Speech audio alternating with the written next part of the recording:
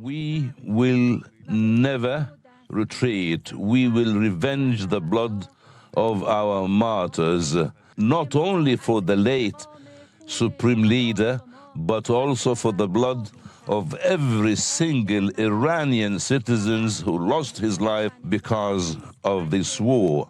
The Iranian blood is very precious, particularly the blood of children and women. That's why the crimes of the enemies in Minab school and some other places will be severe for the enemies, and the enemies will pay the price. They will pay the price. We have good relations with 15 neighboring countries, but the enemy has certain military bases in some of these countries and have used these bases to attack us. We have warned before that without attacking these bases, the enemy will continue their aggression. We are forced to continue bases of the enemies. My advice is to stop these bases from operating.